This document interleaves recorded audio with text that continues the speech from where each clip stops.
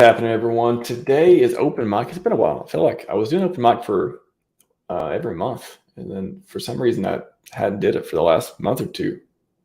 I don't think we did it since Dixon Piper. And Dixon Piper, he's still on Telegram. I still talk to him every once in a while, but he's dropped off Twitter for a little bit. Shout out to Dixon Piper. That was a great conversation. Check out the last open mic. I guess it's number 7. Back in, man, that must have been June or May. I want to say June on that one. Anyways, welcome to the show. I'm Max, host of the RHMax channel. If you're new here, Crypto AMA, where we primarily focus on Richard Hart products, of course. However, it is open for anyone to talk about anything, pretty much, as long as you're nice, respectful. If you're new, please turn your camera on, or if not, our first guest on here won't be turning their camera on, but we've talked in the green room and stuff, and they got a pretty cool demo to show as well. So I'll say hi to the chat before we get into it. The StreamYard link is in the chat. So if you're in the chat, you can click on that StreamYard link if you would like to come and join us. We'll have about 4 at maximum. I don't know how many people are going to show up. I've invited a few people, but yeah, anyone from the community is welcome to join. Again, as long as just be nice, respectful, all that stuff. You know, we do the show here. No ad hominem, all that stuff. Criticize ideals rather than people. And looks like another gentleman in the green room as well. So this should be a good show. I'm excited. We'll go for about an hour or so. Get a few people in. If we have more than 4, we'll kind of rotate people through. And I'm excited to get in the show. Let's say hi to the chat. Red Squirrel, oi oi. What's happening, man? Good to see you. Good to see you. Godfather J6, you've been nailing every one of my last few streams. Appreciate it, man. Good to see you. Good to have you with us. Hexstralians too. I have not seen that. I'm going to call that a portmanteau. I'm going to call that some sort of cool word there. 2 words put together to make a new one. I've not heard Hexstralian yet. That's a nice one. Good morning, MA. Ooh, yeah, it's early one for the ones down under over there. Glad you get some coffee maybe and join us for your morning. Crypto Footsteps is here. Crypto Kong's in the green room. And DeFi, what's happening? Welcome 369. 369. God, that just sounds good. I just bought a share myself, Bargain. You guys talking about I was watching the Air Friend Swami videos on the friend share. Is that what's called? Friend, something like that. I don't know. I haven't got much into it. I haven't decided if I'm going to or not, but Crypto Footsteps, what's happening? Welcome. Well, I'm sure we'll hear more about it, though. It seems to be popular right now. Again, StreamYard links in the chat. If you'd like to come on, say what's up. We'll also take questions. Display ZZZ. I'm going to get in that question as well. I will pose that at some point once we get into it. But without further ado, welcome to the show. For the first time, I'm going to go with PCL. What's happening, PCL? What's up? How you doing, man? Doing good. Yeah, it's so PulseCoinList, PulseCoinList.com and Pulse.Domains, right? Yep, exactly. We started with Pulse.Domains, which is an ENS fork just for PulseChain. While we're doing that, we thought it would be cool to have an airdrop checker to help others to see how many copy tokens they have on PulseChain. So we developed PulseCoinList. That kind of a lot of people liked it, so that justified a new revamp, a new redesign. So we did that with PulseCoinList. But happy to talk a little bit more about that. And then also, thanks for having me. And then more importantly, thanks for streaming and being in the community, especially throughout this prolonged bear market. Yes. I've seen a lot of people just like stop being on Twitter or stop consuming content or being involved in crypto at all. So congrats for continuing doing that. So yeah. Thank you. Yeah, it's one of those things where I don't blame people for taking a break. I don't blame people for just saying, "Hey, I'm out. I can't deal with this right now. I got stuff going on in my personal life, or I just don't want to. I don't feel like I can contribute right now. I don't feel like I can provide that kind of utility." Everyone needs to take care of their own situation, and I know green candles feel better than red, all that stuff. But I do. When I do look around, I see people still streaming. It inspires me too. I see people still building. You got is building a PulseCoinList. Everyone knows that a few of my favorite devs in the community, Alex and Maximus guys, and all that. I see people still out here. Maddie's setting up conferences. We got 69, 70 speakers and stuff. The other community does stuff like that. I've never seen anything like it. So it definitely inspires me to keep going. And even through the bear market, I'm like, we got stuff to talk about. We got some cool stuff to talk about. Yeah. And also these are the moments where you have the maximum amount of opportunities when it comes to DCing, and that you usually realize at the very end, you're like, wait, what was I doing during this time? Oh yeah, I took a long break and was doing something else. So yeah. Yeah, I did a stream last night on HEX ladders, and it's one thing I mentioned is like I mean, there's plenty of people who don't believe in HEX, they don't believe in the ecosystem, they buy into this or that narrative, and that's fine. Everyone do what they want to do. Yeah. But if you do believe in it, and you see these prices, and you see these things going on, you look for these. You're sensitive to these type of opportunities that are in front of you. If you believe, price go up in future, boy, I've been smiles been on my face. Every once in a while, every time when I see the price go down, I'm not, I think everyone has that kind of gut check, but then I'm like, whoa, okay, I'm in, so I maybe getting some more, a few certain things. So very cool opportunity mindset for sure. Yeah. Let me get so before we get to the demo stuff, because I know I'm excited to see you go through the site. It's been revamped and a lot of new stuff, and we went back and forth a little bit on some of the feedback, and I'm excited for us to have in the community more tools and things like this around. I want to introduce Mr. Crypto Kong. Welcome back to the show. What's going on? Thanks for having me. What's up? Man. What's up, Pulse.Domains? You guys know each other? Yeah, we talk. Yeah. Crypto Kong, by the way, has provided feedback for PulseCoinList on some of the features that he wants to see. So yeah, thank you so much for that. At the very end, it's like we're building for us and for you guys. So yeah, thank you, man. Yeah, I appreciate it. I like to give my inputs because yes, it's nice to have like that website, all the data points on there. So yeah, for sure. Well, before we get into the demo, we got a question here in the chat that whoever wants to take it, can you get into this place is the HEX dead ? Who wants to riff on that for a sec? Well, I think go ahead. So I was just gonna say, like, right off the bat, I don't really think HEX is dead. I think it's bonded to Pulse now, and Pulse is kind of taking a little bit of a reckoning. I think now is a great time to accumulate, like how you were talking about with the HEX staking ladders. If you want HEX staking ladders, now is the perfect time to build those up because you can acquire a large amount of T-shares for a cheap amount of dollars. And in terms of HEX being dead, hopefully I'm gonna share my screen and we're gonna look at different valuations and stuff like that. But I don't think HEX is dead, and it needs very, very, very little net buy pressure in order for that price to go absolutely parabolic. So that's sort of my take on it. I like that take. Yeah, and I think, I think on my side, HEX died several times. It's like a cat with a trillion lives. So, the thing that I can say is, like, look at the community. We still have people engaging, doing live streams, organizing, and Max alluded to that of in a really heavy bear market, right? It's like almost 2 years or 1.5 years of just red candles. Buy the dip. That keeps on dipping and dipping and dipping and dipping forever, right? And it's like, but hey, people are still here, and more importantly, people are still, believing into the contract, believing into HEX, believing into the ecosystem, and we're foolish enough to continue building on it. So yeah, so we're still here. HEX is totally not dead, and also same with PulseChain.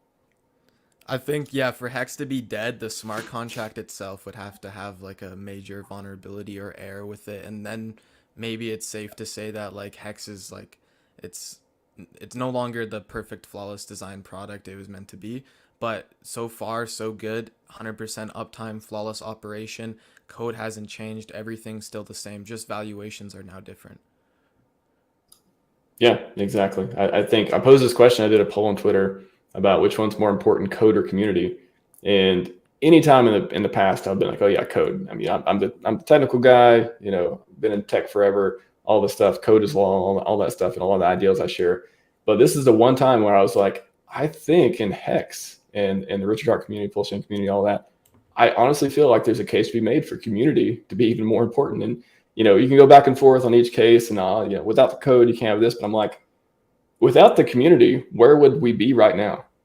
I don't think we'd be in a good place. So this community is just amazing and so important and so underrated. I know we all talk about it. Richard talked about it. The most important thing is community. He said it before too, or if I remember correctly, I've clipped 250 of his stuff. So I feel like I have a fairly good recollection of a lot of the ideas he's talked about. And boy, it never meant so much as it has lately, that one point. So anyways, great question. Display ZZZ. Great stuff to riff on. But yeah, I really want to get the demo. And we'll go to PCL first. We'll get PulseCoinList demo and whatever he wants to show. And then, yeah, I'm excited to see what CryptoKong's got to show today as well. Awesome. All right. Just to kind of like provide a little bit of history on how we started and how we actually got here. For those, what we're doing, for those that don't know, I'm the founder of Pulse.Domains. So we are providing a domain name on PulseChain. So we've been on testnet v2, v2b, testnet v3. All of our contracts have been just audited. We just finished the audit, and we're pretty much like waiting to launch once we could actually launch in a week, but we were gonna hold off once the Fetch Oracle is live, and then also most likely when the sentiment slightly is a little bit more positive. Just from a founder's perspective or from a product perspective, it just makes more sense to launch when there's more positive uptrend, just in terms of impact and the people that you can reach. So we're not in any hurry to launch. On that end, just kind of like a quick overview of Pulse.Domains. So anyone that is familiar with ENS, we're a fork of ENS with a couple of changes, such as an affiliate or referral system, and then also with the option to renounce all of our contracts, so it becomes fully decentralized. So that's that. You will hear more from us in the next couple of weeks and months. A ton to learn, but feel free to check out Pulse.Domains and learn more about that. So while we were working on Pulse.Domains, we thought, hey, it would be really cool to create a website that allows people to see, one, the price differences between ERC and PRC 20s, which kind of like, helps on the onboarding side of basically saying, hey, we have, wrap BTC on Ethereum 20 that costs 26,000 K on PulseChain. It's valued at $45. Right? And we thought would be really, really cool to show metrics like these, or show the airdrop checker that we have that kind of like looks at your address and tells you how many tokens you have on PulseChain. So we created a very first shitty version, and people liked it. And we're like, oh wow, people liked it, and people asked for dark mode. People asked for an ecosystems website. People asked also for various additional things. And we're like, okay, let's, since we now have a little bit more time with, the prolonged bear market and the SEC news, we now actually take a little bit more time to double down on PulseCoinList and do a full-on revamp. So that's kind of like a little bit of the history. So PulseCoinList, it is a coin ranking site where we don't filter any tokens. We show you all tokens that are available for sale on PulseChain. We do give you the option to essentially filter, but we don't gatekeep in any shape or form, other than we're not CoinMarketCap or anything. Like, our point here is we want to show you the whole enchilada. Is CZ on your board by chance? Yep. We what? I said, is CZ on your board by chance? You don't have any? No. So we want to essentially show you the whole enchilada. This means also the good and the bad coins and everything in between, but then also allow you the option to filter and to remove any outliers. So if we scroll down, we currently have over 12,600 coins on PulseChain. Most people don't realize that. One thing that we're realizing now is that a tool like this becomes really, really helpful because it showcases what's happening on PulseChain. I know there's Dex Screener, there are some other analytics tools that show you, but there's no consolidated website that shows you all of the tokens and that is purely built for PulseChain. Right, so the mission of this is not just becoming, just another coin ranking site. It becomes pretty much like a hub where we showcase everything that's happening within PulseChain on the token side, but then also on the ecosystem side, right? Which is kind of like curating all of the apps and dApps and sites and stat sites that we have on PulseChain. So at the very end, whenever someone says, "Oh yeah, what's PulseChain about? What do they have?" They could essentially within a couple of minutes explore everything that PulseChain has to offer. Right? Any questions? Happy to go into all of the tabs, but I just want to make sure I'm, addressing any questions. Just the one too on the coins. I know we talked about this briefly, but I kind of wanted to see it in the demo where if you click, so for an individual coin, like what are you able to tell? I guess like what is the difference between CoinMarketCap, CoinPaprika, and stuff, and versus what people can use this website to see for.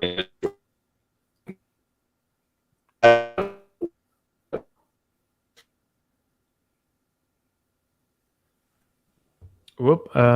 Is it me who cut out, or I think you cut out, but I got the question. So what is the difference? The big difference is we list all cryptos. You know, CoinMarketCap, all cryptos on PulseChain, all tokens on PulseChain. We show you everything. PulseX doesn't. I mean, I don't want to compare ourselves with PulseX, but PulseX doesn't show you everything. We show you everything that is for sale on PulseChain, right? DEX Screener might not show you all of the token pairs. We show everything. So that's the biggest difference. The biggest difference is like we show you everything. There's no sorting or filtering that we apply. We allow you to sort and filter, but we show you everything pretty much. Well, for individual coins, I think the question was around individual coins. Do they have their own page, or like what details can you see for that? Oh, got it. Yeah, so for now, it's like we are just like building one by one. So for now, you essentially have a couple of options. You can get the contract address. You can view it on the Explorer.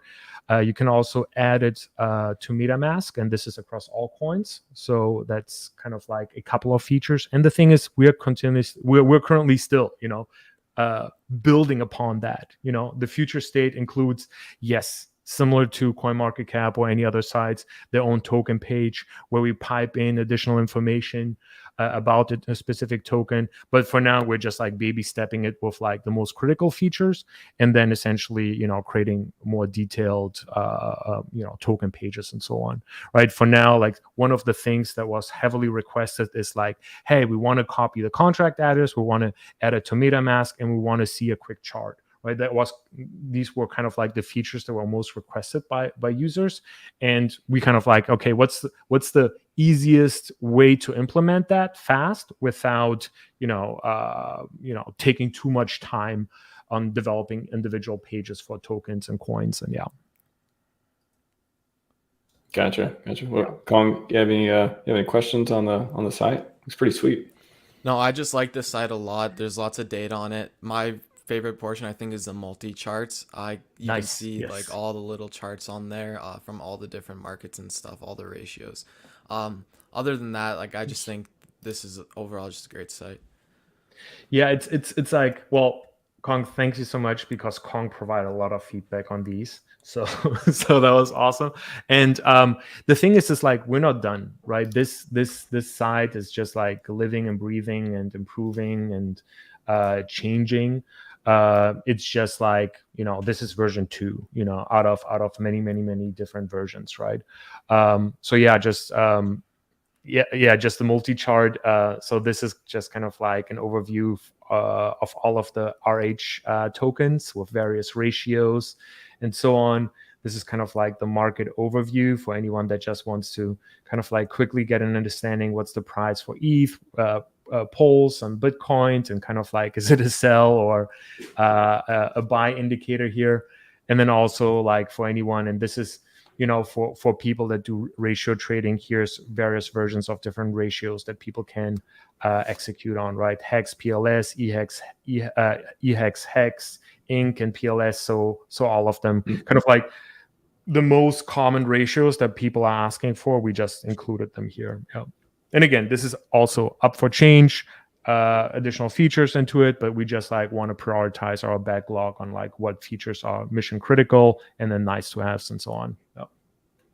Yeah, amongst all the gatekeeping and all the inaccuracies out there with a lot of the coins and a lot of the ecosystem stuff, it's we definitely need more community built sites that are like, PulseChain first, supporting their community, because like I said, we're kind of, if Uniswap starts shutting stuff down, MetaMask, and all this stuff, it's like we really need more tools in the community to give us access to a lot of the key stats and things we're looking for. Yeah, and also I fully agree. And I talked to someone about this the other day, to another founder, but Alex from Hedron, he took the Uniswap UI, made it open source, that allows for one, to use it on PulseChain, but then also to buy HEX without being gate capped by Uniswap, right? And I think one, that's awesome. That's really cool. And I think he did it like a year ago when that front end was available. But now with all of the gatekeeping happening, is like we all as founders in the PulseChain ecosystem could just fork it and host the Uniswap front end just for the sake of it, just for the sake of it, of allowing and showing a point of like, hey, the community has 50 front ends to buy HEX on Uniswap, and just type in uni and whatever, so yeah, I think that's really, really cool to see, and also a sign for this community to slowly decouple us and become more decentralized and resistant with tools and features that we're essentially building up for ourselves. Yeah. Very cool. Yeah. Alex Smith had the Uniswap fork up, and I remember a lot of people too that had LP positions. They got copied over. Thankfully, if you didn't pull them before, the whole big thing was like, pull them before the fork, or all this stuff. This debate back and forth, depending on the pair and the risk and stuff involved. But even if you didn't, even if you kept them there, you could unwrap them because we had forked it and had it on PulseChain, so you could get access to the coins from the pairs if you have positions on Uniswap. So those are the kinds of just like wow, that's the good things to have in the community, and we are community builders for sure. Yeah, very, very cool. Yeah, that's the beauty of Web3, right? It's like, one, there's a lot of open source projects out there, and to be quite frankly, we all are standing off the shoulders of giants, right? It's like Uniswap v2 and v1, they're fully open source, so that helps. But so are many other protocols. I mean, like the protocol that we forked, that was open source. Many protocols that are launching on PulseChain, well, guess what? 99% of them are open source, right? So we're standing on the shoulders of giants, and we're just building the tools that others have developed, but now customizing it and adding to it just to build for us for the PulseChain community. Very cool. Yeah, nice work. These tools are they're sorely needed, and like I said, I don't know what we do without all the builders in the community. I think we're so much stronger and so much better onboarding people once we can show them these kind of, just go to this website, you can see all the stats, you don't have to do everything on your own. So exactly, very, very cool. And one thing around the stats, I mean, this is kind of like a high level overview, but this is a page that I'm really excited about. CryptoKong has seen the full version. This is kind of like just like 1/10 of it. But yeah, we will be, so this kind of like gives you just a high level overview about, all of the RH ecosystem tokens, excluding the OA, and how the price performance is. But here on this, like further down, which we are currently working on, we'll be building out a full on stats page, giving you stats on PulseChain, but also as well as on all of the dApps that are being built on PulseChain, and how much they contribute to the gas burn and so on. So that will be really, really cool, and I think a lot of people will like that. So this stats page is just like a sneak peek of what's to come. Very cool. Yes, everyone, look out for the new stats coming. Great stuff, man. Great stuff. Thanks for the demo. Yeah, and then one thing that most people are not aware of, we also created a by PulseChain website, so a page where you could essentially look at all of the different platforms that allow you to buy PulseChain from, and then also allow you to like look at different fees. Do they require KYC? Yes or no? And also like all of the providers that currently offer them, right? So that's useful. So because I know there's people saying, well, this is better versus this is better, and it really all depends. Are you in this case looking to onboard fiat to crypto? Are you just crypto to crypto? It really depends, right? And I think on this particular page, especially for newer individuals, they have the option to read about like how to get on board, what they need to do in order to buy PulseChain. Yeah. Good. That is super good information, actually, especially just trying to point people, because with HEX and stuff, it's trying to get people from Ethereum over here again with all the gatekeeping and stuff. It's just made it more complicated. But if we have a list of all the places where a lot of them no KYC, where you can get PLS, maybe other coins, I imagine as well. That's that's very good. And we'll plan to continue add additional outlets. I know there are several individuals in the community having front ends where they use various different technologies, and and if they're unique, we would love to add them and expand this list so that people have the option to choose based on fees and KYC type. Yep. Very cool.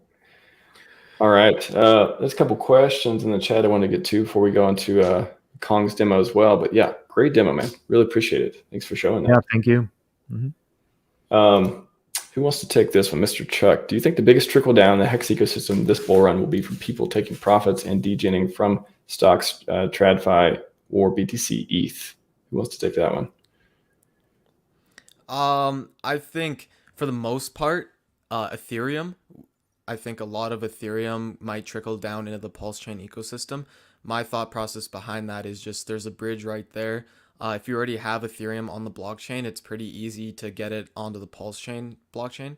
So that kind of makes me think that if Ethereum starts to go crazy and maybe ERCs start to go crazy, some of that can easily trickle into PRCs and Pulse.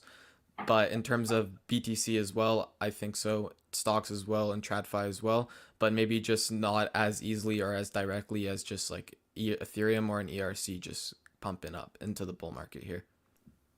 Yeah, I agree, and I think also like with a rising market, if we're in a bear market, everything is pumping, and this does not necessarily, especially for PulseChain and various tokens on PulseChain, you can pump really hard just with retail money, so you don't need the investor class to come in to pump your backs. No, you can do that with retail, and yeah, I'm thinking there will be a lot coming from Ethereum to PulseChain. So that was kind of like the design, and then also a couple hints. Who knows if anything is going to happen with those? But we know that the AMM bot is still sitting on a lot of copies that they have from PulseChain.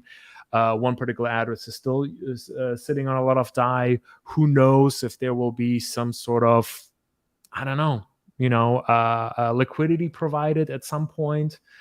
Maybe not. Who knows? But there are a couple of things that one could essentially play to make PulseChain assets pump even harder. Maybe that has changed with the recent updates in the HEX PulseChain saga in regards to the SEC, but who knows? I think it continues to remain an exciting journey.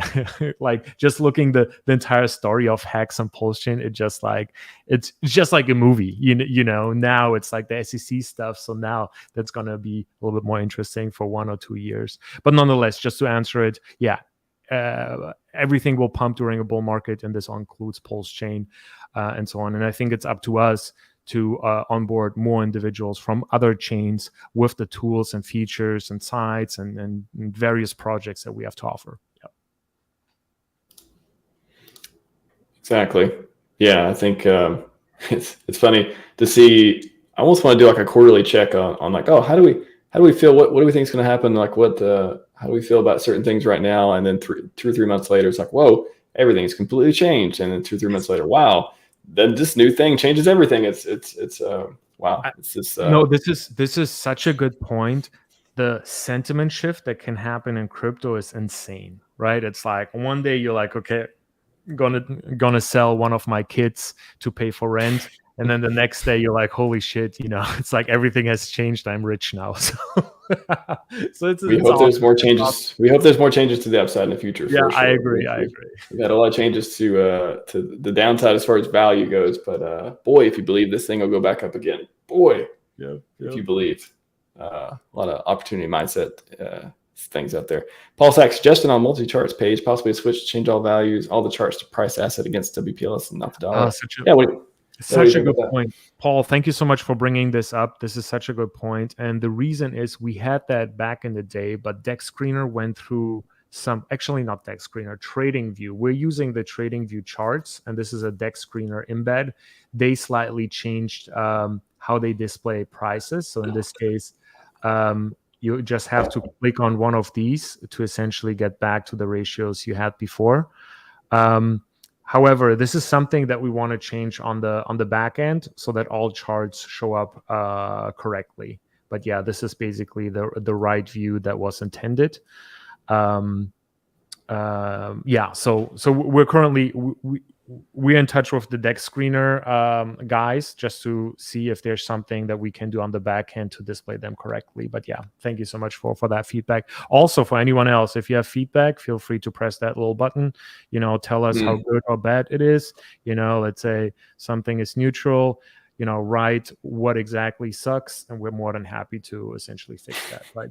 So it's like it's like if there's only one little thing that you don't like, just complain. Just please complain, because that helps us to essentially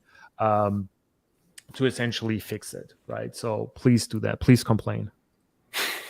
Hashtag please complain. Yes, feedback's good, especially when you're building new stuff for people to be able to use it in the way that they were visualizing using it and for whatever purpose they have. So yeah, if you have any feedback, you know where the button is. One more question before we move on from Crypto Khalil. Shout out Crypto Khalil. You've been on the open mic before as well. Are the top NFT projects on PulseChain going to be added? Yes, please. So right now, this particular page is maybe 6-7 days old, and we're continuously adding new projects onto it. We're working on the backlog and essentially, having a larger backlog and then just like publishing one after another on a daily basis. For NFT projects, currently, I don't think we have anything. I was yesterday in an NFT space, and I'm highly encouraging everyone to press this beautiful button here and to submit their project as an NFT project. And we will, as long as it's live and as long as it's available, it will be on here. So please, if you're a project founder, NFT founder, or a site founder of any kind that is related to PulseChain, to HEX, and so on, please feel free to submit your project here. Yep. Very cool. Very cool. All right, Crypto Kong, you're up, man. What do you want to show us today? All right, yeah, so I'm going to share my screen here. I have a few valuation concepts I want to share with you guys. So this is a little spreadsheet I came up with.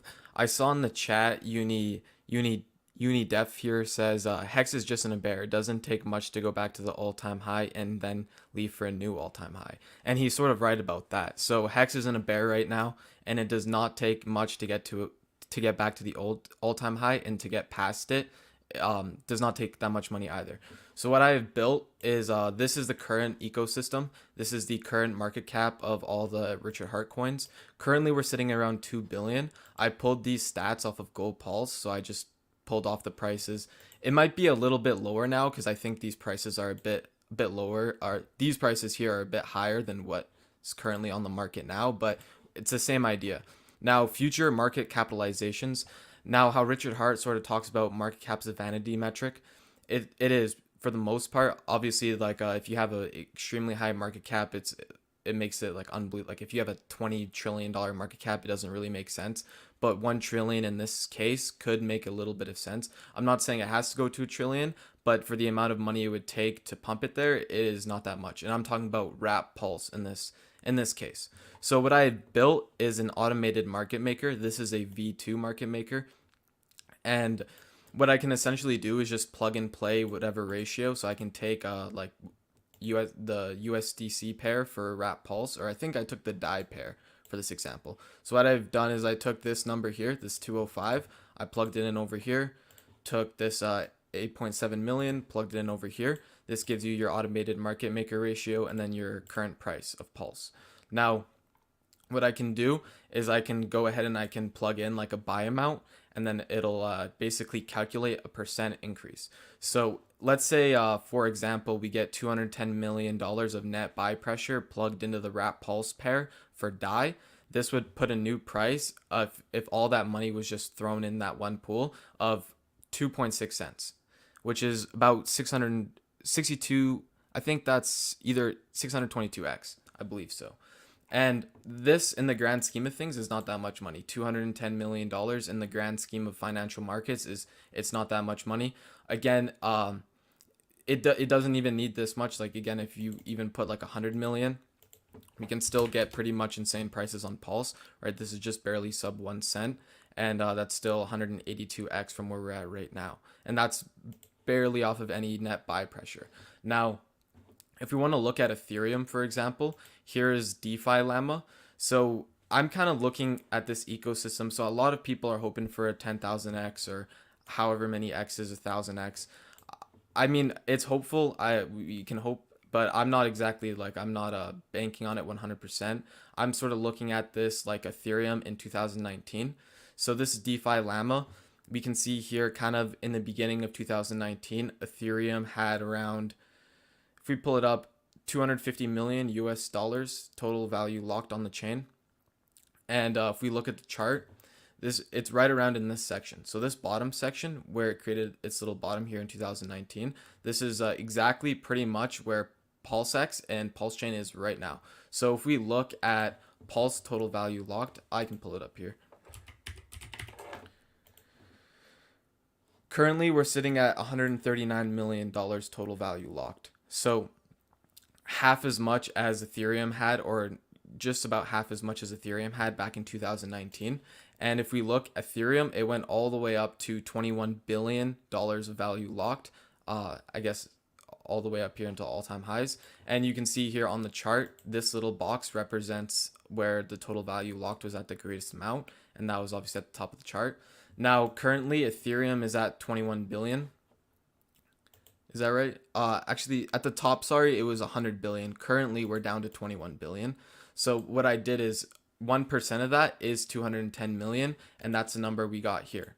So if we take basically 1% of the total value locked on Ethereum, and if we were able to get that like net buys onto the market maker in PulseX, you could see insane price increases on Pulse.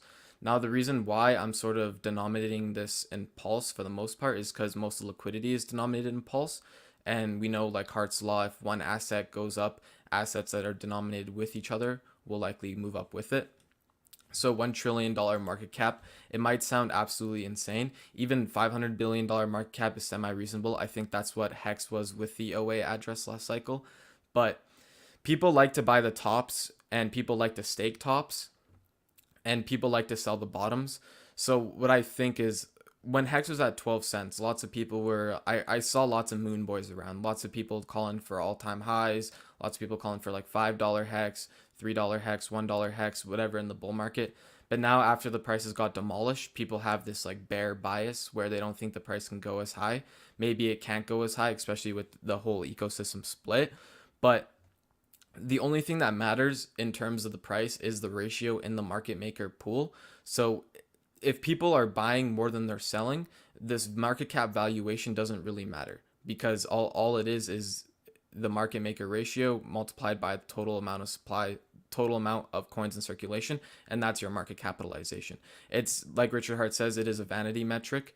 Not everyone's going to sell all their coins at once, more than likely, and especially in the bull market, not everyone's going to sell all their coins at once. Hopefully we can see more net buys, more people staking the top. Maybe that's usually what happens, but a lot of these little things can compound greatly into like huge price increases into the future here. And this is barely off of any money. Like we looked at Ethereum, this is 1% of the total value locked on Ethereum currently, and that would just need to get injected for insane price increases. So that's sort of a little bit of my presentation here. If you guys have any questions, I'm free to answer them as well. I was just curious on, now that a lot of the liquidity with HEX is tied to PLS, and if you call it Sloth and Alex's stream the other day, Alex was talking about where, we kind of went from this this more solid floor, this like more solid footing as far as liquidity goes, to now we're kind of like, okay, if PLS dumps or HEX dumps or all that stuff goes on, then they can affect each other, which the volatility to the upside could be a very good thing, but also we've seen more often than not the volatility to the downside. So I guess in this case, when I'm looking at these numbers, I'm thinking, well, two things. Like one, how much did you think about it being tied to PLS? And two, that sounds very good to it being tied to PLS, for PLS to go up with it if it does do these kinds of numbers. But yeah, what are your thoughts on that? So this is the PLS ratio. So I'm pricing in for PLS, and everything is bonded to PLS. So hopefully with Hart's law, everything gets kind of pushed up together. But I'm really just primarily looking at like US dollar PLS price appreciation. Is that sort of what you mean? Yeah, well, so that part, I mean, could be if Hex does these kind of numbers, for example, could be very good for everything else in the ecosystem, as you mentioned, Hart's law and a lot of the liquidity bonding as well with PLS. But I guess the other question is like, how is it different than, for example, before PulseChain launched and Hex was tied to ETH a lot or USDC a lot? Okay. Yeah. You know, is this better or worse now based on these numbers? So you can kind of look at it a few different ways. So when Hex was bonded primarily to like Ethan, I think it was primarily USDC. You had I like Alex and like those guys at Sloth and Axis talked about it like the concrete floor. So I think you had a lot of the liquidity set at like I think it was like sub 2 cents ish, and it was hard to break down that price barrier because you'd have a lot of like it'd take a lot of economic energy to break it. But now that like we're saying, all the liquidity is bonded to Pulse. If Pulse moves up or down, Hex is no longer has that concrete floor of USDC to support it.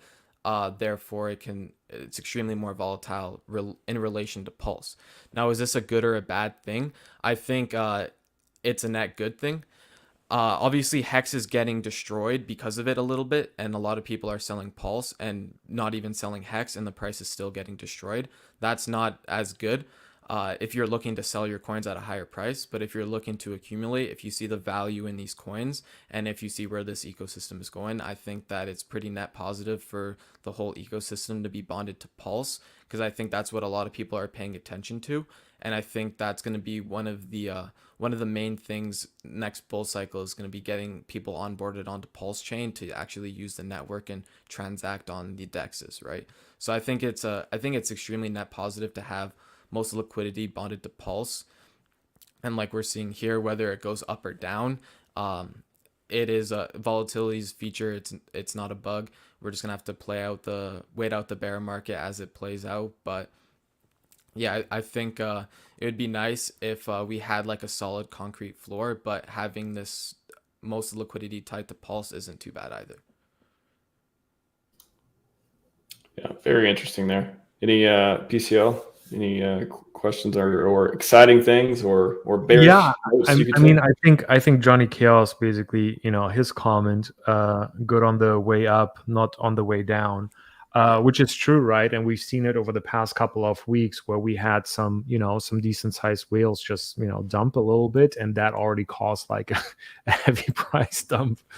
And to be honest, it is super uncertain times for many of us, right? But, if you look at the ecosystem, if you look at the community, we're still here, we're still building. The number of validators is increasing. So it's like nothing really has changed on that side. It's just like the perception of how people value the technology has changed, right? So yeah, and yeah, just going back, it's like, yeah. All of those calculations are awesome for the way up, and in particular how the LP positions are essentially set. On the way down, we might have like some price swings or dumps because of it too. Exactly, yeah. Low liquidity, it goes both ways. So if it's easy to pump up the price with 100,000, it's easy to dump the price with 100,000 as well. Yep.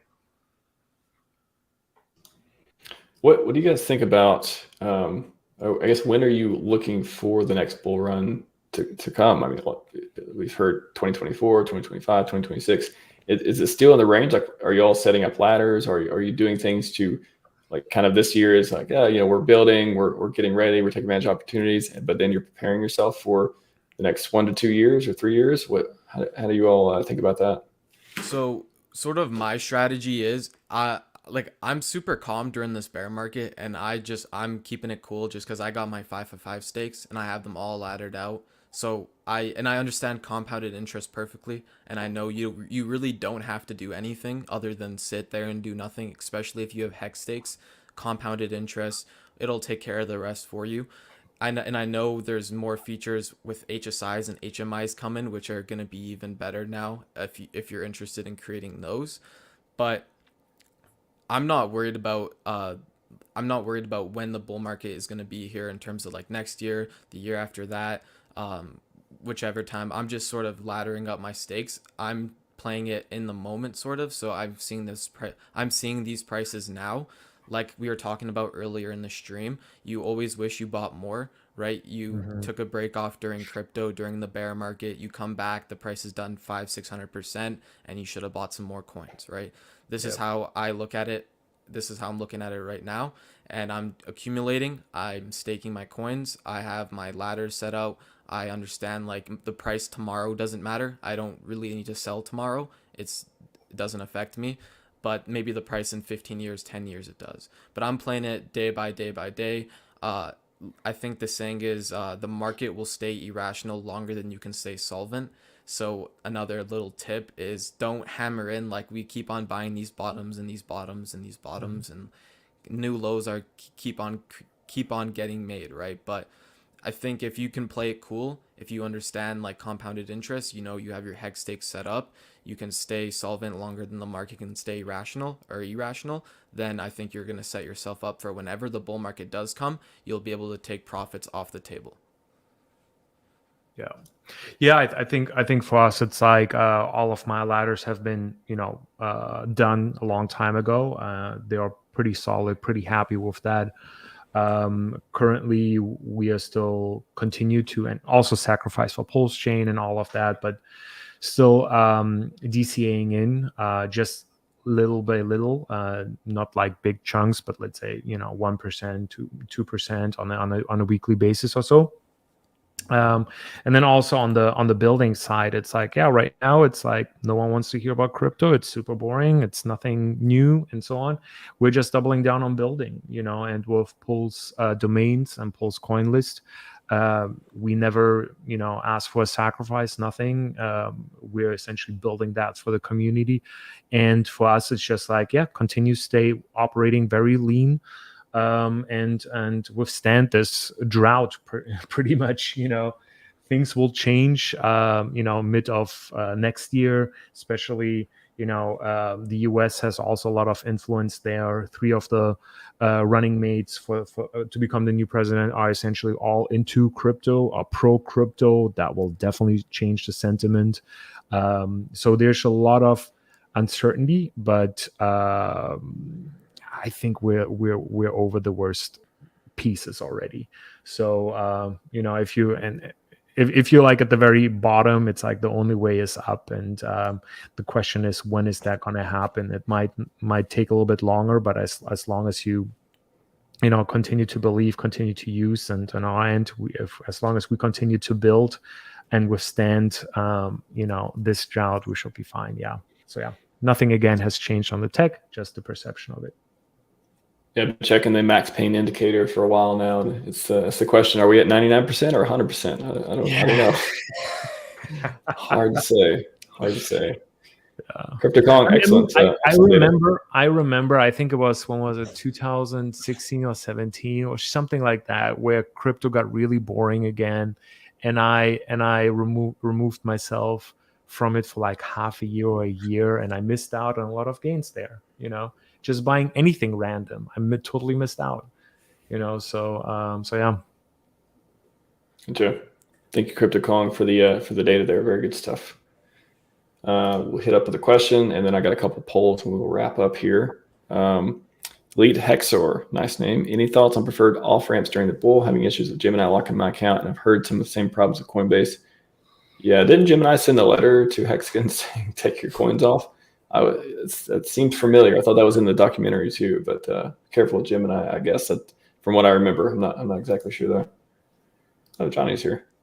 Yeah, what do you guys think? Any thoughts on this? Yeah, I would essentially, it seems like you're in the US during this times, or during the bull market, I would essentially test out a couple of offboarding platforms. You always have, and essentially start with smaller amounts to see if your bank or that platform makes any, or gives you any problems. In addition to that, there's also P2P places, right, where you essentially sell your cryptos to someone else in that case, and in the P2, and in the peer-to-peer manner. So yeah, but if you're in the US, you definitely want to you definitely want to test a couple of exchanges. Hopefully we'll have some more some more off ramps and on ramps and off ramps. We got Coast launching their CSC. Yep. Hopefully, we'll have some more stable coins. Lots of options for Pulse coins out there in the Exactly. works as well. I mean, if that takes off and that becomes a solid option, that's perfect. That's wonderful. Yeah. Certainly hope so. One more guest before we wrap up here. Welcome to the show, Johnny Chaos. Been a while, man. Hey guys, how's it going? What's What's up? up? How are you? Good. Pretty good, Kong. I like the breakdown you did there. That's pretty good. I've been if only there was some dude running around trying to explain how everything's going to be freaking impulse prices and try to pay attention to the ratios there. If only somebody ran around and did that, it would be just amazing, right? Maybe one day we'll have them. I don't know. One day maybe they'll come back out of the fold and talk about it some more. But what Kong was saying was actually very clear.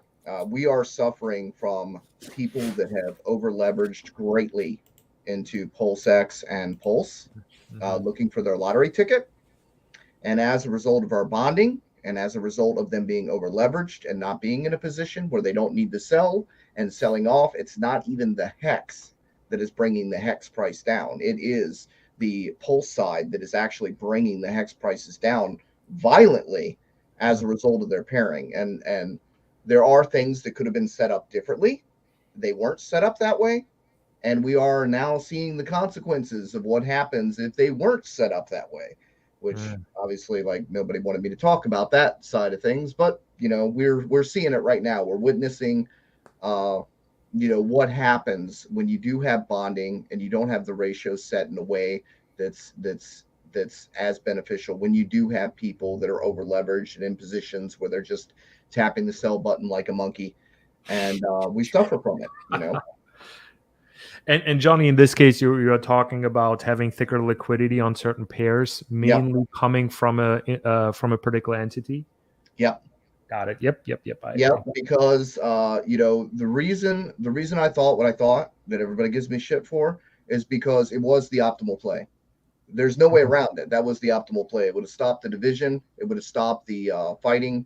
It would have stopped the arbitrage between chasing liquidity providing. It would have stopped the yield farming extravaganza that went on. It would stop people from emergency unstaking, because if the pools were larger, right, it wouldn't have been as beneficial to move your coins into those liquidity pools, because your best yield would still be in HEX.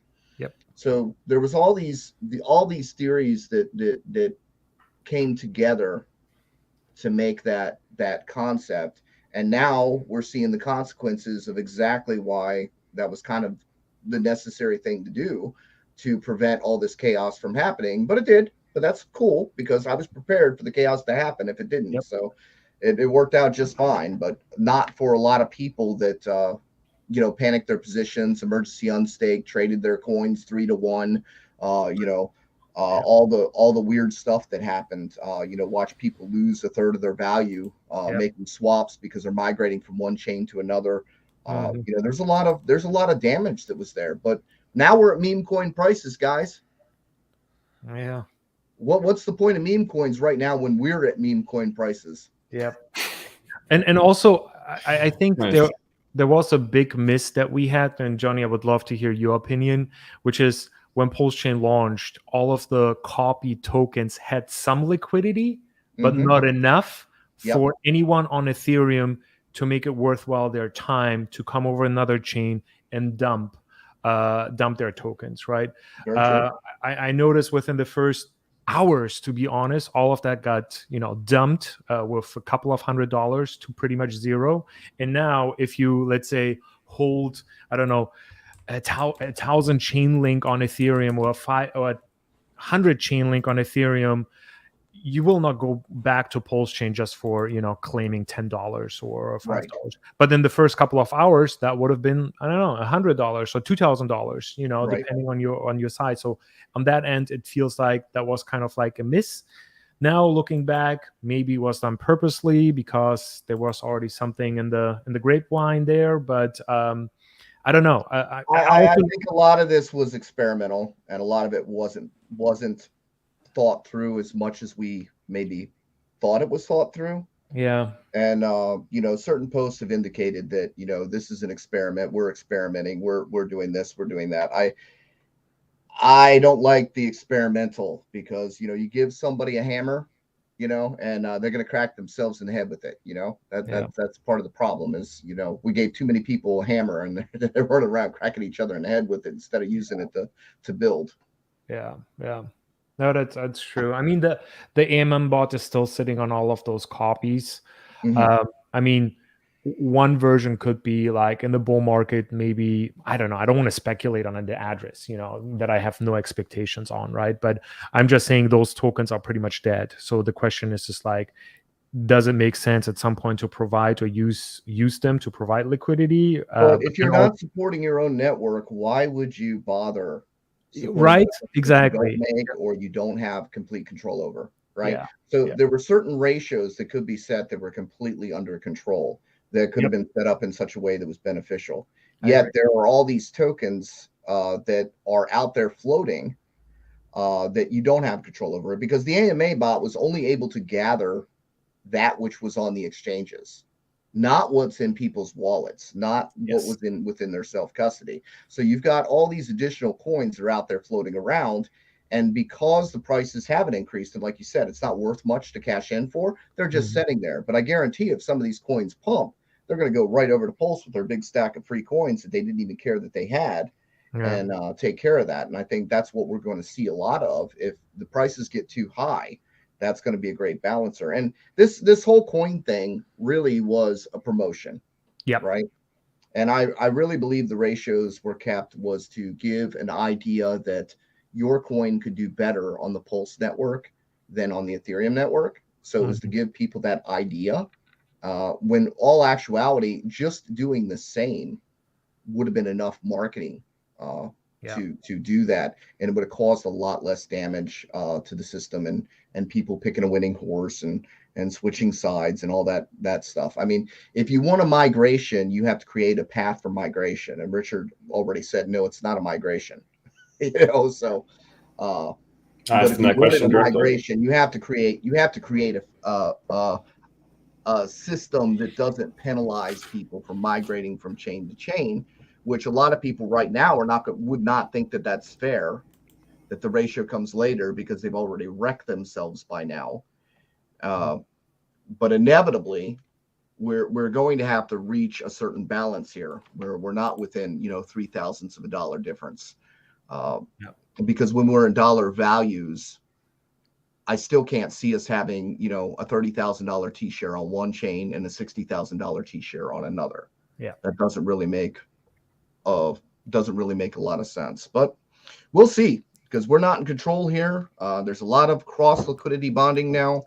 Kong, like I said, you talked a little bit about ETH, but I mean, people don't even realize on the ETH side that $1 million 4x is the price and puts HEX back up to 2 cents. They don't realize that it's $1 million puts us back up to 2 cents on the Ethereum side. And as a result of its bonding and its ratio to the Pulse side, it gets the benefits of that too. It's not the HEX that's being sold that's causing this issue. It's its ratio to Pulse and Pulse's value in USDC that is causing this price shock that we're experiencing right now. But inevitably, eventually, people are going to get tired of selling because it's just not worth it to sell. You have something in your house and you're like, I'm going to put that in the garage sale. I'm not going to get any money out of it anyway. It might as well sit there. That's where people are going to get with their crypto because it's just not going to make sense to sell it at this point. It's like, why not just sit on it? I mean, you're getting fractions of a penny at this point. It's just, it's either going to go up or it's just going to sit there. It just doesn't. It's not worth the effort to sell it at this point. I'm less afraid of a lot of my stakes ending on certain days than I've ever been before. Because it's just, I know a lot of people just aren't going to sell them. They're just going to recompound because prices. Is any of these, I did this poll the other day, got quite a few votes compared to some of the other polls. Any of these surprise any of you as far as what people talk about their DCAing into? I don't care, man. Buy Pulse. All y'all buy Pulse. Everything's connected to Pulse. I don't give a shit what you buy. Just buy Pulse. That's fine because that pumps everything that I got. Just go ahead and buy Pulse.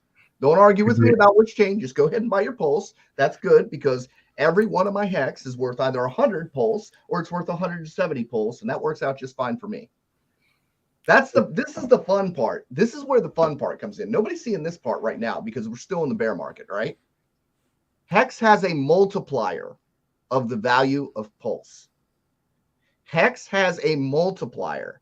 If you've got a ratio that's holding between 170 and 200, that is a 170 to 200 multiplier. That's what people don't get. If that ratio is holding, and that ratio has pretty much held on the downside, right? So it's still like 170 to 200 Pulse for one HEX on PLSX. Okay, so if you move a penny, you move $1.70. So if everybody's banking on Pulse being successful and Pulse going to a penny, guess what? That's how you get your $1 to $2 HEX. It's just that simple. And people don't want to grasp this concept. Well, that's too much. No, it's a ratio. If you can trade 170 of these things for one of these things, then yes, that one thing can be traded back for the 170 things, which are now worth a penny. So now you get $1.70. It's just that simple. It's all value comes from the ability to exchange one thing for another thing at whatever that ratio is. And because of this, HEX gets the multiplier. It always has. Unfortunately, what we've been seeing is it gets the multiplier to the downside. The same with PulseX, okay? It's 1/3 of Pulse, right? So it gets 3 times the downside because it takes 3 of them to make one Pulse. And if Pulse goes down, PulseX gets defeated 3x. You see, that's why it took such a harder hit, because it's 1/3 of a Pulse. You see, so if Pulse moves 1, then you get a 3x move to the downside for PulseX. It's working as intended. The problem is it's working as intended to the downside, and we're not seeing the buyers because right now we're in a bear market. Nobody's interested in crypto and nobody's buying. Everybody's got the doldrums. They're afraid of the red candles. They're freaking out. They're over leveraged. They've got more coins than they can handle, and that's what happens. It works to the downside, but when we do go up, it also works to the upside. Same thing. So fundamentally, if people are buying Pulse, all the ratios, we start going up to the upside. Like that's.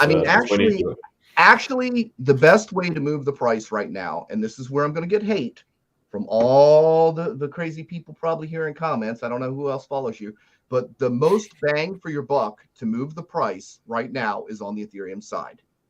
If you want to impact the price of everything right now, the Ethereum side is where the money is being bridged into, the value is being bridged into from. Okay. So the Ethereum price has the less liquidity, and the purchasing power has the most slippage, which drives the price up the hardest right now. But you're saying like buying EHEX? Yes, that would drive the price up the most right now because it's. Is that sacrilegious to talk about? Do what? Is that controversial to talk about buying EHEX? That's what. I just tuned it out. I guess I don't know. Shit about, man. That's what everybody gives me shit about. But I don't care. I'm just telling it how it is. Calling and tell you where's the slippage, where's the price to the pump side. You've looked at these, you got the analysis, you see the numbers on how much it takes to move the prices. You tell them. See, that ain't me. I'm totally unaware of this controversy on EHEX and PX anymore. I thought that went away. That was the whole thing. I mean, to be fair, I think if someone wants really EHEX, it makes more sense to buy it on the PulseChain side for better, for less slippage, right? For less slippage, yes. For less slippage, yes. To impact the price. Yep, on the Ethereum side. Yep. Side has a greater impact to the price because of the slippage. So if some idiot comes along and says, "Oh, I've got a bunch of ETH. Oh, look, there's HEX. Oh, look, it's cheap. Push. There's a million buy." You get 4x the price. If the ratio holds on the Pulse side, right, which is currently about 1.8 to 1 or whatever, so you get 1.8 times on the Pulse side as a result of that purchase of the EHEX side. But if you buy PHEX, okay, or HEX, whatever you want to call it, if you buy that side, right? Well, it's got more liquidity. So the price doesn't move as much with $1 million buy as it does on the Ethereum side. Yep. Or you set up an ARP bot between both chains to take advantage of that opportunity. Right? Yep. You can, yes, but, You can, that's yeah, where sure. the slippage. But the slippage is bad to the upside and downside because there is only like $1 million worth of liquidity. If you buy, how you have to understand how the AMA, the automated market makers work, which you guys do. But for the audience here, when you double the US dollar value, you 4x the price. It's squared. So when you double the liquidity, you 4x the price. And right now, there's not a lot of available. When I say liquidity, I like to talk about what's available in the case. I don't like to talk about market cap because market cap's like a generalization. Like Kong said, we were at 300 billion when we were at top market cap for HEX. We were actually at 300 billion. It didn't really mean much because there's like all successful ERC20 tokens only have about 10% of their supply circulating. That way they can maintain that high market cap. But as a result of that, what it is that's how much is available at any one given time that's available coins in the case. So it's not about what the total supply is. It's a matter of what's in the case for sale. And if you think about it, it makes perfect sense. Whether you go to a store and try to buy anything, it doesn't matter how many hammers exist in the world. It doesn't matter how many saws exist in the world. It doesn't matter how many basketballs exist in the world. What it matters is how many are in the case and available for you, right? Yeah, I think if they're not available for you, then you have to go get them on a secondary market where you have to pay some kind of premium as a result of not having the availability, right? So that's just markets in general. And so if you can grasp this idea of a case, there's not a lot of HEX in the case available for sale at any given time. On the Ethereum side, there's 10 times as much available in the case for sale on the Pulse side right now. And like I said, I don't care what anybody buys. It's all connected. It all goes up. It doesn't hurt my feelings as long as you buy one of those coins. That's great for me. I'm good. I have no preference. I'm going to buy the cheap one because the cheap one, that was the other thing, the cheap one, right? Do you guys realize, and I'm talking to the audience again because I know you guys realize, but good God, how much is Bitcoin going to do? A 4x? Do you realize if we get back up to 2 cents on the Ethereum side, that's a 4x? Good God. Just going back up to 2 cents is a 4x. You get 10 HEX on the one side right now for 4 cents. 10 for 4 cents. It's like, wow. I would have never in my wildest dreams imagined that you can get 1 million HEX right now for under $4,000. Yeah. Yep. Or even on the Pulse side, I would have never even imagined you could get 1 million HEX for $8,000. Under $10,000 for 1 million HEX? That just seems insane to me. But here we are. There was also a time just seeing a cent HEX was like insane. And then seeing 56 cent HEX is like ludicrous, right? Well, it was because we didn't think it was going to go to a penny. Kong, I tell you, that fight for a penny was like a nightmare, man. It's like we're never going to get there. We had everybody telling us, "Hey, market cap, you'll never hit it because if you guys hit a penny, you're going to be at 650 million market cap. That's not possible, or whatever." I was on buy desk wondering if the thing's ever going to hit 2 sats. I was like, come on. Am I going to trade the Ethereum pair? What the hell? Come on, 2 sats. I got screwed there. Man. I got screwed on buy desk. I'll tell you how. This is how I got there because everybody does this game. Everybody plays this game where they're like, I'm going to put my money into other coins and I'm going to try to double my bag, right? And you know how few people actually end up doing that? I was playing double my coins game on buy desk because I was like 50% of the liquidity on buy desk back in the day because it was only like 10 ETH, right? So, and I was playing 1 Satoshi, 2 Satoshis. So I was selling at 2 and buying at 1. And guess what? Once it left 2 Satoshis, boom, it's gone. That's it. Yeah. And that's really the same thing today. If you're trying to buy at a penny and sell at 2 cents and thinking you're going to buy back at a penny and sell at 2 cents, guess what's going to happen? boom, you're going to get left behind. Everything you got on the market for 2 cents is going to be gone. And then you'll be like, oh, well, shit. So you got to be very careful about this playing double your bag game, because when the price does move away, it moves away, and there ain't no going back. You're not going back to buy HEX back at 1 cent again. We're at 4/1000ths of a penny, or 4/1000ths of a dollar right now, but we used to split, thousandths of a dollar. We used to count that stuff. I can't believe we're counting that stuff again. It's crazy to me. Got a question from Paul here. Who's spending 1 million with a hand grenade, Godwell, Gabe Benkex, hard set? Yeah. How do you? Well, it doesn't even have to that? be one person, guys. Just do the math. There's 100,000 users. Everybody spends $100. That's 10 million.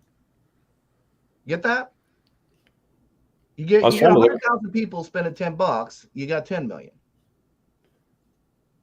I was trying to look up because there's a lot of people who sacked millions of dollars. Anyone know off the top of their head how many people sacked over $1 million for Pulse and PulseX? Like, there's plenty of people with $1 million who could just do market buys or put up liquidity in certain positions to make it better. Just pull up Coin Paprika real quick and look at the stable coins on how much money is actually sitting on the sidelines right now. So this is where market cap does matter, guys. When you're actually able to see a stable coin and how many are in those stable coins that are sitting on the sidelines waiting to turn into crypto, right? So where am I going? You look at the USDC. You look at the Tether. You look at those. Those are actual real market caps because they're pegged to $1. So you can actually see the billions of dollars that are actually sitting on the sideline and available to go into the market when they're comfortable and they believe that the market's turned around. We're not going. We gotta show that. It's not coming up. Oh, it's not. Oh, okay. Browser's dying right now. Let me restart the browser. Sorry about that. One sec. Technical difficulties. Firefox likes to die sometimes.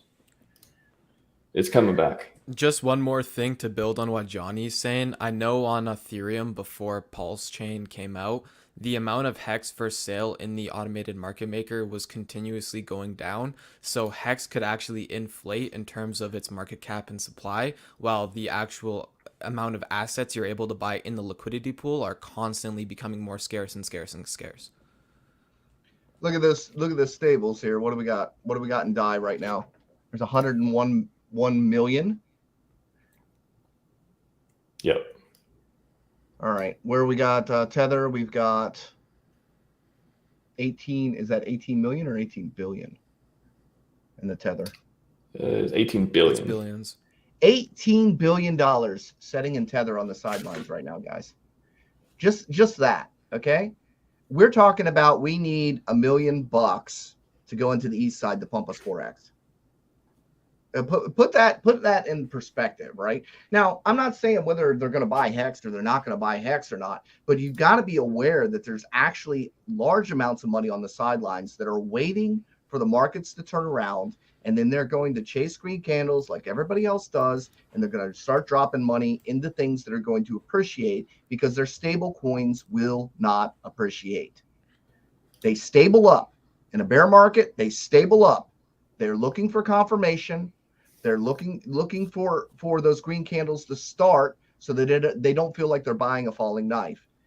And being able to DCA in, being in a position where you don't need to sell, where you don't have to sell, where it doesn't require you to pay your bills, when you can collect it and just build your position and you're comfortable with that and you don't care where the price is because you're looking into the future, you're like, I'm stocking my shelves so that when it's time to open up the store, then I'll have inventory to sell when it's time, and you're just stocking up your shelves for right now. If you're in that position, you're going to be good.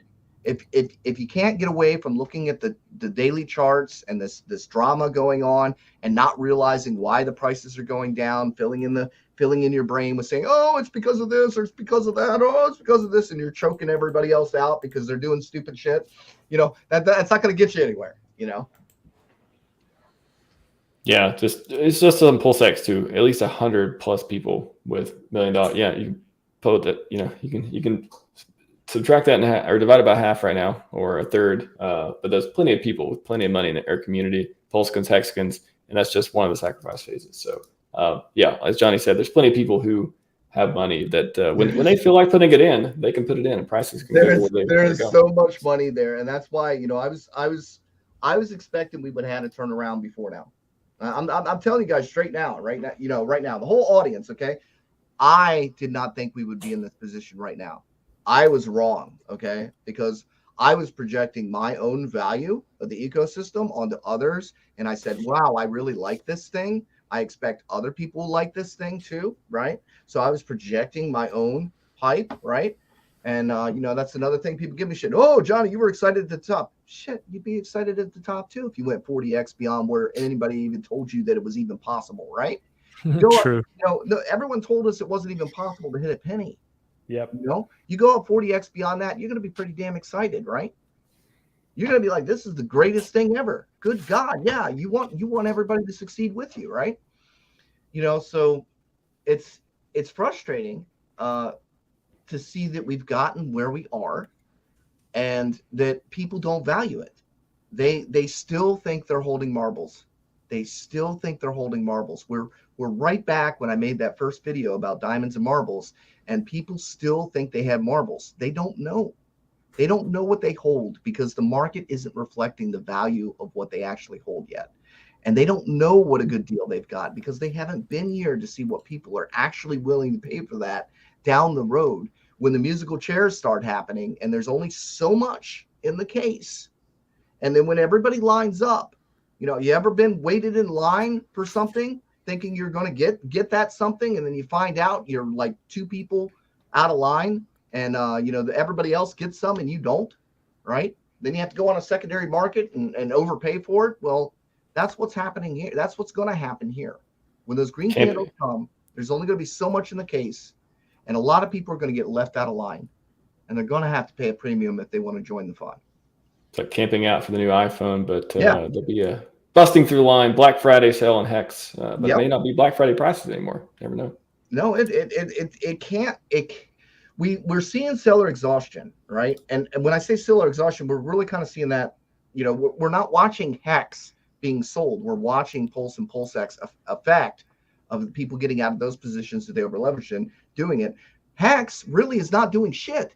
There's no volume. There's not really any buy volume. There's not really any sell volume. There's not really any volume, really.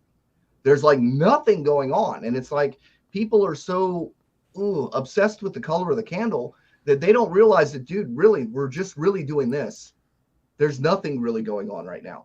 Nothing, and this is like the calm before the storm, We just don't know when the storm is coming. We know there's a storm on the horizon. We just don't know when. There's no way to predict it. It's not in sight yet. It feels like, we're going through this big dry spell and we're on the desert and it's never going to rain. But eventually, guys, it's going to rain. And when it rains, it's going to rain hard. When it rains, it pours. Speaking of raining and pouring and hurricanes, just ask Jesse. Jesse, welcome to the show. Howdy, Mr. Jesse. What's up? This came just in time to be on the tail end of open mic. What's happening, Jesse? Hey, doing well. Hope everyone's doing great. We were just talking about all the lovely stuff in the ecosystem and how our moon dreams are still intact. And Johnny was telling us about all his good stuffs and warm wishes for the ecosystem and how everything's just great right now. So you concur? Yeah, I concur. Look, if people are looking at like charts and stuff, nothing should be a surprise. 90% of all protocols launch, they run up, then they run down. So if anybody thought like, oh, this time is different, there's really no explanation why it would have been different. This is normal. People always get shaken out when they have to wait a long time for something. And then, of course, if there's any sort of bad news or something, more people, exit the ecosystem. But like Johnny was saying, eventually that should turn around. Because what we're looking at PulseChain, which runs well. There's a lot of good things and a lot of meme stuff and maybe not so good things that are kind of filling up the chain little by little. I think a year from now, 2 years from now, it should be a thriving chain comparable to all the others that are out there, whether it's Phantom or Avalanche or Binance or whatever. But it's not mature yet. It's got to mature. I was in that camp, Jesse. I was the guy out there saying it takes 1 to 2 years for a chain to mature, and I got hate for that too. Yeah, if people thought that this thing was going to launch, and they're $1,000 that they're initially had it going to turn into millions and millions within the first couple months, no, that doesn't happen, right? So something like this is always a long-term horizon sort of thing, and you always got to ask yourself, what makes it better? Is it cheaper? Is it faster? Is there a community behind it? One of the most important things, community, and then just hold and don't even look at the charts. Yeah, and the other thing is you can't expect people to abandon their team. We've got people that have been on Ethereum for forever, right? And you can't just expect them to overnight abandon their team, right? They're going to have to see benefits that are going to make them move, because people are change resistant. They don't like change. They are going to like to hold what they got, and they're going to stick with the devil they know, than trying something new. So we're going to have to entice them eventually to and just the Lindy effect of being around long enough. Because you got to understand, the Ethereum users have seen every chain come along saying we're going to be better than Ethereum, and it's just never happened. So they've got like a confirmation bias that so far so good, they've been right, and there's no reason for them to actually think that they wouldn't be right this time, that this is just another thing that's coming along that will be gone, right? So we have to have that effect where we do stand our ground for a long enough time. We do improve, we do build, we actually utilize the chain. We do, I know your team is and stuff is building too. So, it's good to have these new things for people to look at, to bring adoption to the chain and everything. But really what it comes down to is it really comes down to time. And, being around long enough for people to get comfortable with the idea that there are other options out there, because they've been greatly disappointed with other things that have come along up until this point, and they got to be incentivized to even want to give it a try. Yeah, Ethereum may have come down in gas costs significantly, but that's only because it's a bear market. Yep. Once the bull market starts back up again, you're going to see swap fees $60, $100 again. And even if fees are, between $1 and $20 to do a swap right now, that's still too inefficient for a new team to build something cool, whether that's an auto compound, especially auto compounding stuff that's trying to take rewards and turn them into other rewards for you, like automatically behind the scenes. It's impossible or very, very difficult to build something like that on Ethereum right now. Well, I think they did it on purpose to kill the DeFi movement, because they want the centralized exchanges to thrive. They want the status quo.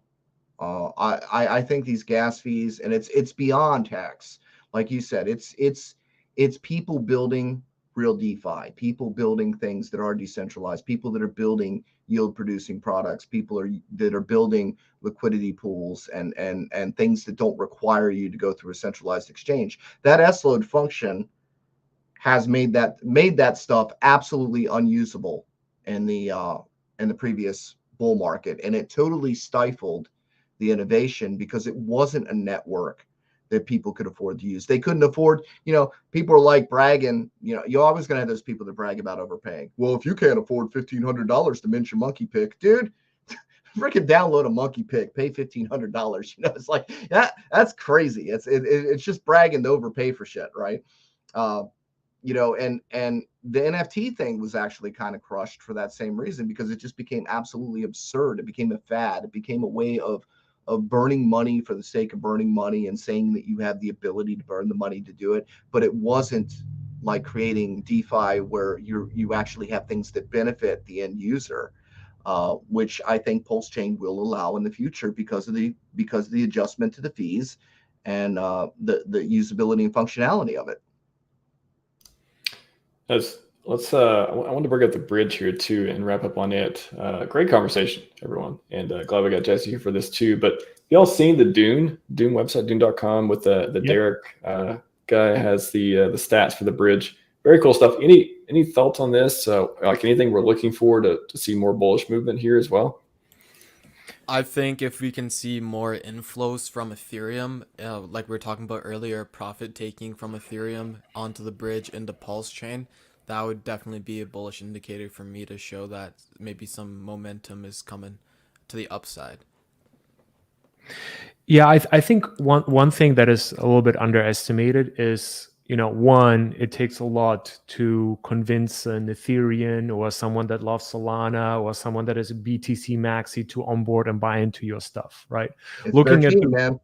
it's like yeah, and I mean we've tried it with the free airdrop, right? So that kind of like, it is much easier to have someone that is totally new to crypto, wants a little bit of exposure, to bring them directly into PulseChain.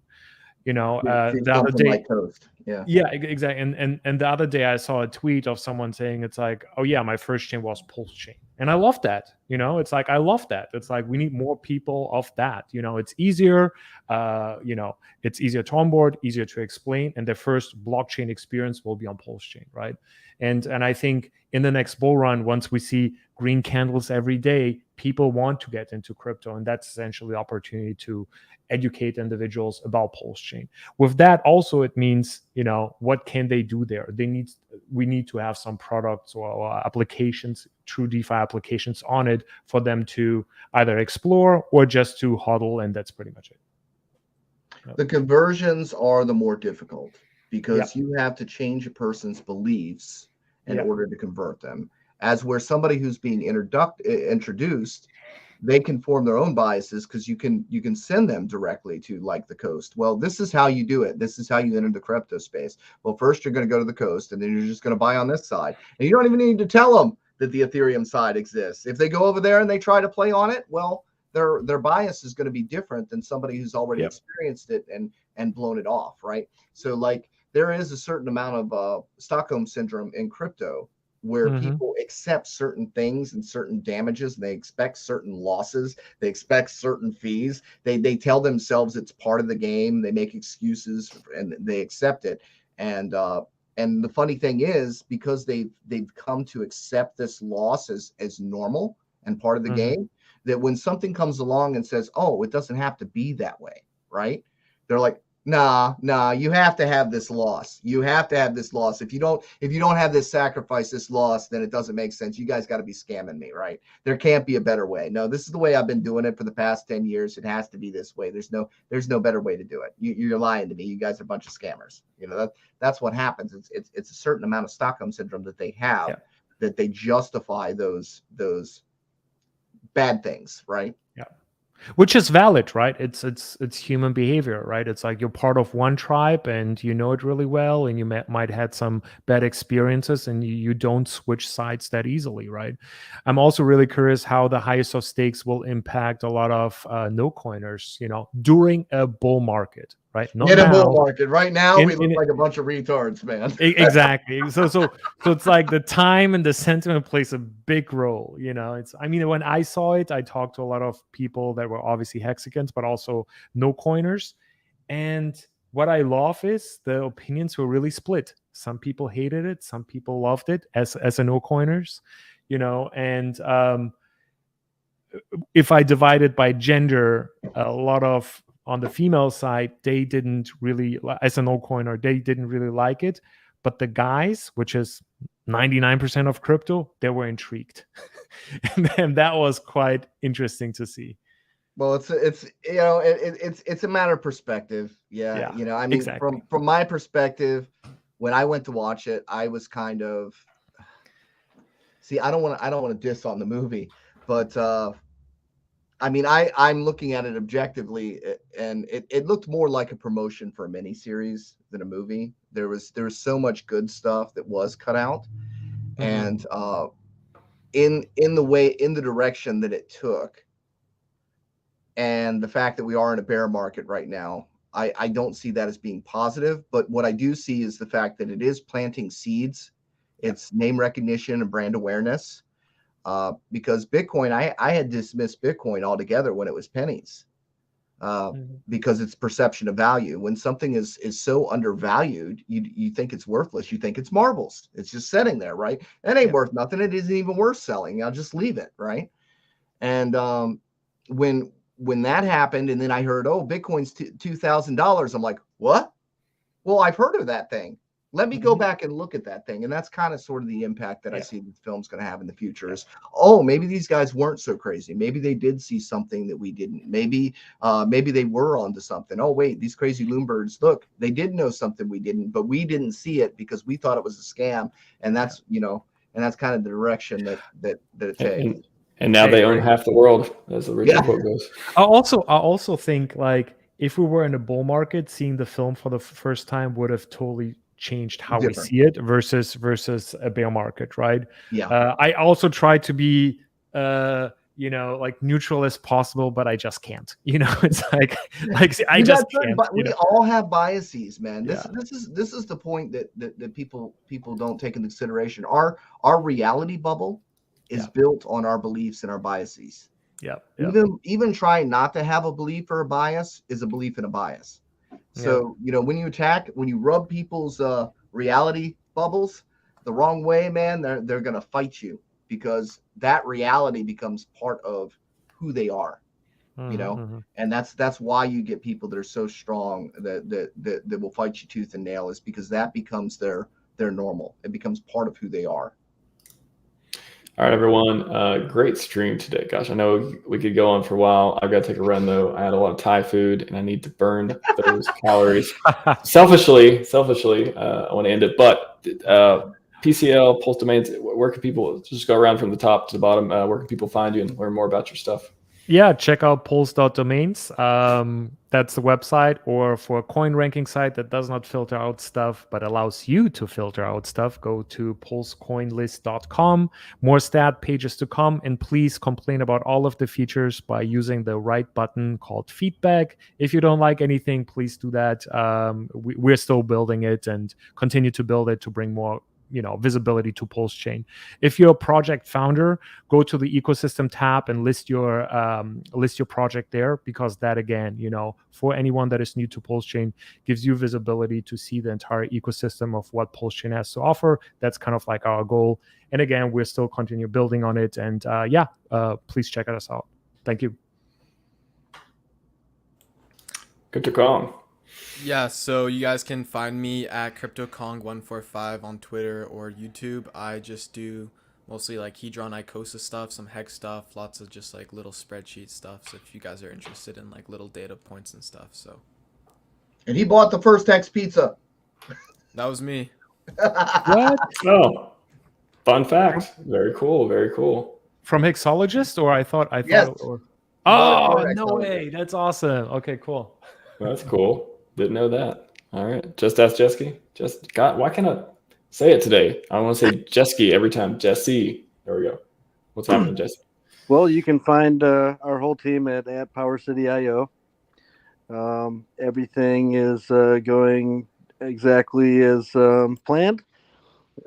Audits are literally wrapping up now. We're waiting on the Liquid Loans team to finish up some fetch Oracle stuff that they're doing. But we are running reporters for price feeds. So soon, man, how many times have we used that word? Soon, you'll see, native stable coins such as PXDC and then USDL from Liquid Loans guys, of course, and the rest of our protocols launching. So, and it's okay. We're in a bear market. We want these things to kind of not launch at the top. So, this is all going exactly how it should. You got time, man. You got time. We got time. We all got time. That's true. Johnny Chaos, Professor Chaos. I'm hiding. Nobody pay attention to me. I'm just some crazy guy that mad professor that works in his studio by himself and occasionally comes out and yells at people. Saying interesting things from time to time. I don't know. I think you got some good nuance, and definitely appreciate you having you in the community, man. Well, thanks for having me. Let the guys stick around so I can hang out with the guys if you're going to run off RH. I don't know if that's how. Actually, I mean that could technically work, but then who would end the stream? That would be I would have to get power of attorney over the account. It's a whole big. I tried this before, and it ended up, and there was a whole big circle, not a circle Burke. Circle Burke. Yes, try not to get monetized. Whoops. Just kidding. Guess not. No, monetized. Anyways, everyone, we are out. That's all we got for you today. Shout out everyone. Follow the people. You know where to find them. And I'm going to go get some exercise. Hope everyone has a great rest of your Monday, rest of the week. We got a lot of shows coming up too. And yeah, thanks for everyone coming. Yeah, thanks for coming in. A lot of good conversations. Yeah, thank you. Thanks for hosting this, man. Appreciate it. Of course. I'm going to get back to doing it regularly. I don't know why I skipped a couple months. But I haven't had one for a while. Let's do it. So Scivive and 5555. We are out.